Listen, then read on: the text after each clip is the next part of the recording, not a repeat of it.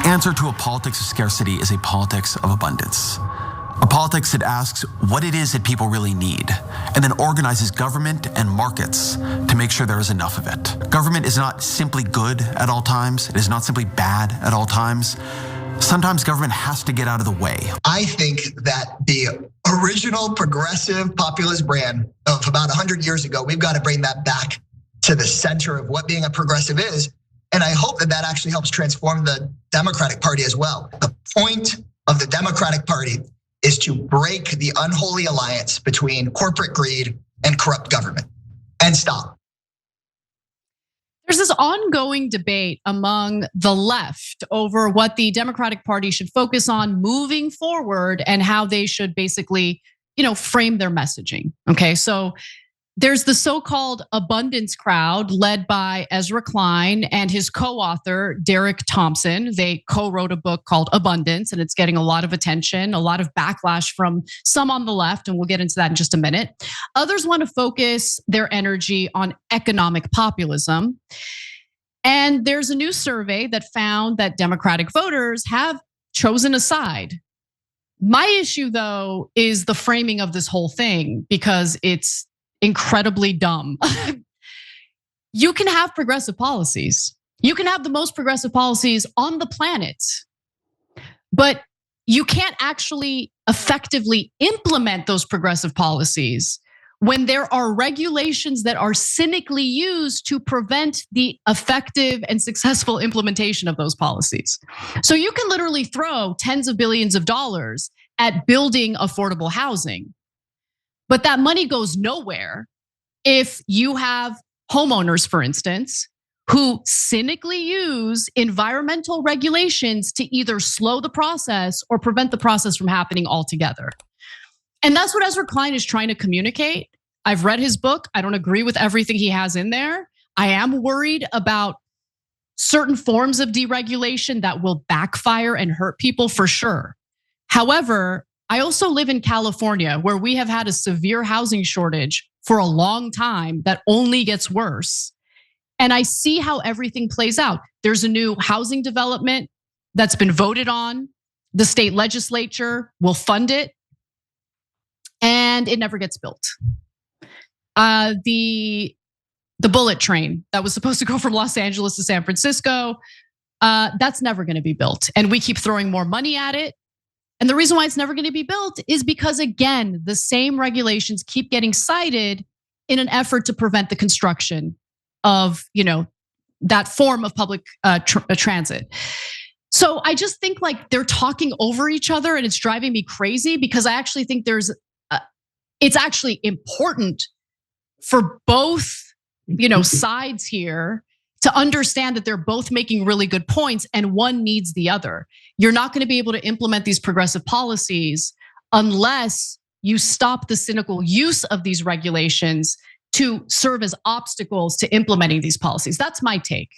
But no one is talking about it that way. Everyone's talking about it as if it's abundance versus progressive policies. And I just don't think that's the right framing. So as a result, this survey was done of 1,200 registered voters.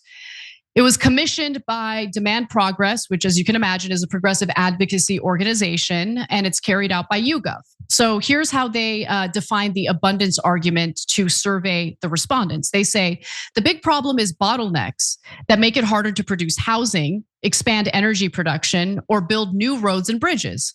Frequently, these bottlenecks take the form of well-intentioned regulations meant to give people a voice or to protect the environment. But these regulations are exploited by organized interest groups and community groups to slow things down. By the way, all the credit to Demand Progress for accurately describing the abundance argument. That is an accurate description, okay?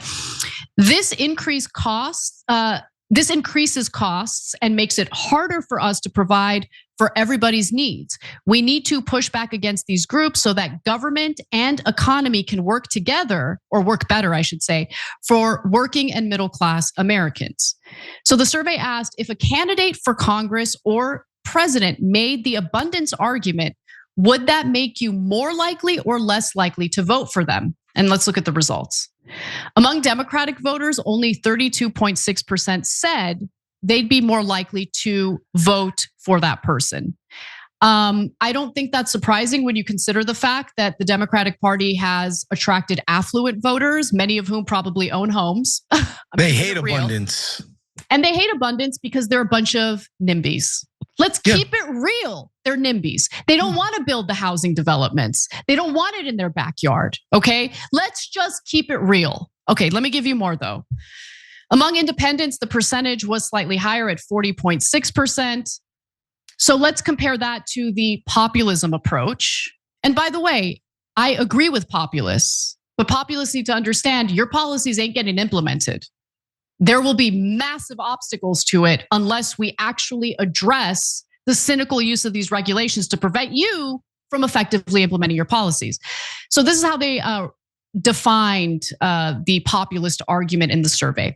The big problem is that big corporations have way too much power over our economy and our government. I agree with that. They work to prevent the government from making investments in things like expanding access to affordable clean energy, housing, and infrastructure improvements so that they can maximize their own profits. Corporations also try to raise prices by as much as they can, which is easier than ever because the economy is so concentrated in the hands of just a few people. We need to hold these corporations accountable and reduce their power so the government and economy can work better for working and middle class Americans. Now, asked if they'd be more or less likely to support a candidate making that populist argument, here's what the respondents said. Okay, so take a look at this. Among Democratic voters, an overwhelming 72.5% said they'd be more likely to vote for that person. Among independents, the percentage was slightly lower at 55.4%. Finally, given a direct choice, 59% of Democrats preferred the populist argument compared to just 16.8% liking the abundance one. 44.3% of independents also chose populist compared to 28.4% who chose abundance. I think both things are true, and no one got an opportunity to vote on that or answer in that way in the survey.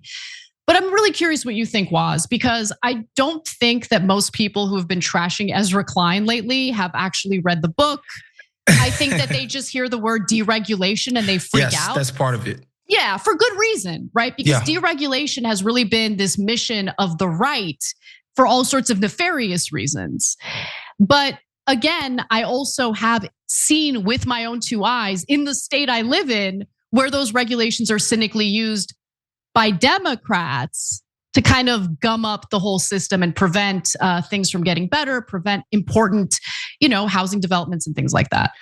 So I think there's two ways to look at this, or not even two ways. There's one way to look at it. I think Ezra Klein, people look at him, I think, quite correctly as a neoliberal in the sense that he's just like, yo, we need to open up the market and the market is going to fix this by itself. I just wholly disagree. I think there just has to be a pairing. Like Ezra Klein needs to admit that the government needs to enact some level of price controls or rent control or whatever the hell you want to call it, in concert with an opening up of the regulations on housing, because there's California with all the NIMBYs, but then I think about New York City where they don't have trouble building in Manhattan when they finally do get to build. And what do? They sell it to Saudis to park their money, to Chinese people to park their money, to Russian oligarchs to park their money. Like that's what they do with the apartments. Yeah, it needs to be banned. That needs to be banned. Full stop. Foreign wealthy people who just want to park their money in this real estate don't live in America. That would absolutely happen in an unregulated California. Exactly. I agree. Real estate market. No. Hold on. That would happen. That's been happening in California. That's been happening in California. So you want to talk about deregulation? I just think it's interesting that, like, Ezra Klein's very specific about the deregulation he's talking about, right? But when it comes to those who love regulation so much, why aren't they making a big stink about the fact that Saudis or Chinese business people and Russian oligarchs have been buying up residential real estate all over the place? I think that's one of the main, and I remember reading about this and it just blew my mind. It was about like these ghost apartments in the west side of Manhattan, like basically like Midtown, but like way out west, like 9th, 10th Avenue, all these new high rises that had been built up, and they call them ghost apartments. And it's like, yeah, like these guys that have Russian ties or Chinese ties or whatever. They know like one day Putin or the CCP could be like, go screw yourself. We're taking all your stuff. Guess what? I got this nest egg in America, and in America, my money is going to be safe in that apartment, in that condo, blah, blah, blah. So a lot of people invest in that, and those empty apartments that nobody live in, then jack up the rent prices in the surrounding areas, which is just so insanely unfair to the people who live and work in New York City. And I think, a lot of that, if we just say, oh, let's just take the reins off, let people build, which I think would be great. I think we do need more housing. I think a lot of that, man, a lot of times they just gonna sell some foreigners, bro. There's gonna be a bunch of Emiratis with cribs out here. You make a really good point. And by the way, I think I have some credit on this because it's an issue that I've been talking about on the show for years, right? Yeah, and so I think what Ezra Klein said about how regulations aren't by definition good or bad, it depends. So yeah, there needs to be regulation preventing, these business interests in foreign countries buying up residential real estate that should absolutely be reserved for Americans who need housing at a time when we have a severe housing shortage. At the same time, though, the high-speed rail in California, I love that Ezra Klein keeps bringing up that specific example because it has been many, many years. The costs have inflated significantly for that project. Originally, it was supposed to take people from LA to San Francisco.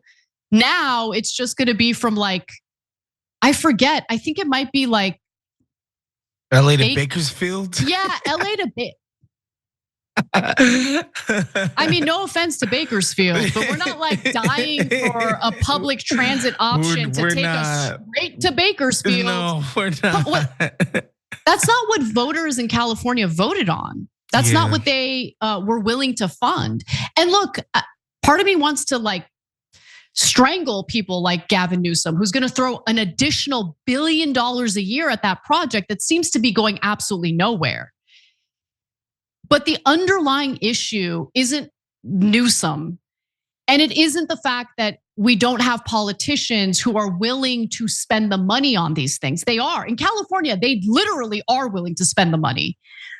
It's just that there are all sorts of property owners all across the state that they just want to protect what they have, right? That's the way they think of it. So they don't want riffraff in their neighborhoods. They don't want congestion in their neighborhoods. And look, to some level, I get it. I live in LA. I get how frustrating the congestion can be. Sometimes I just want to go out and walk my dog without the freaking couple with their 2 golden retrievers who don't understand. I don't want your dogs near my dog because my dog doesn't want to be near your dogs. Can you just keep your distance? I get it. However, you live in a society, okay? You live in a city. And if you've made the decision to live in a city, then you have to absorb the good and the bad. And sometimes the bad is that there are a lot of other people who live in that city and a lot of them need housing. And if you stand in the way of that housing, well, then you're gonna be surrounded by encampments. And I don't wanna hear any complaining from the NIMBY crowd about the encampments when you're standing in the way and you're cynically using environmental regulations to prevent the development of housing that we desperately need. That's what Ezra Klein is trying to get at. And I don't know why it's so offensive to people. It's either because they didn't actually read his book or they're adding arguments to what he's saying that he's not actually saying. You get what I'm saying? Yeah, I think the arguments against it is just a feeling. And it's I think people are you're not dealing with the corporate power in this equation in the same way that you're dealing with the regulatory bodies. Yeah, and that's what a fair I think argument. People are pissed off about. It's yeah, but those corporate interests, boy, they will gum up all kinds of works for us normal working people. And there's a feeling that, he saves his ire for the regulatory kind of folks and doesn't address the corporate interests, which, again, if you have like a standing assumption that Ezra Klein is kind of like neoliberal scum, I'm not completely against you. I just think that he's gotten better on that stuff than he was, say, during the first Obama administration. Oh, I totally agree with you on that. I just think you can critique where he falls short. And I agree with that critique. I think that the corporate influence is an important thing to tackle. However, don't throw the baby out with the bathwater, because what he's saying about the exploitation of these regulations is accurate. And I think that for whatever reason, the left has like generally rejected that when it's just demonstrably true. And he gives specific examples of it in his book that bolster the argument he's making. So that's my take on it. I think this survey just doesn't frame the question effectively because it's either or for the respondents. And I don't think it needs to be either or. I think the two sides actually have to work together in order to accomplish what we're trying to accomplish. Every time you ring the bell below, an angel gets his wings. Totally not true, but it does keep you updated on our live shows.